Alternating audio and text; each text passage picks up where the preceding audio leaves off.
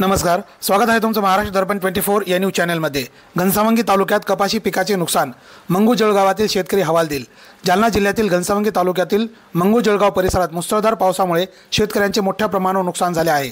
सलग कोसळणाऱ्या पावसाने शेतात पाणी साचून कपाशीचे उभे पीक पाण्याखाली गेले आहे।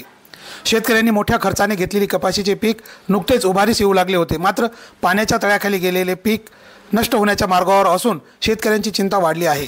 ग्रामीण भागातील शेतकऱ्यांचे म्हणणे आहे की जर शेतात पाणी तसेच राहिले तर संपूर्ण पीक हातातून जाणार आहे। या अनुषंगाने शासनाने नुकसानग्रस्त शेतकऱ्यांना तातडीने पंचनामे करून आर्थिक मदत द्यावी अशी मागणी करण्यात येत आहे। ब्युरो रिपोर्ट, महाराष्ट्र दर्पण 24।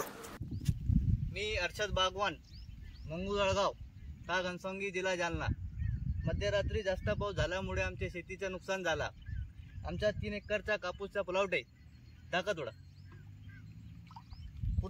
पूर्ण कापूस नुकसान झाला। पूर्ण कापसात गुडघ्याबरोबर पाणी आहे, ऊपर करतो गुडघ्याबरोबर पाणी इथं आमचा भरपूर नुकसान झालेलं आहे। इथं अशी स्थिती निर्माण झाली। इथं आमच्या पावसात पूर्ण 3 एकरच्या प्लॉटमध्ये आमचं पाणी शिरलेलं आहे।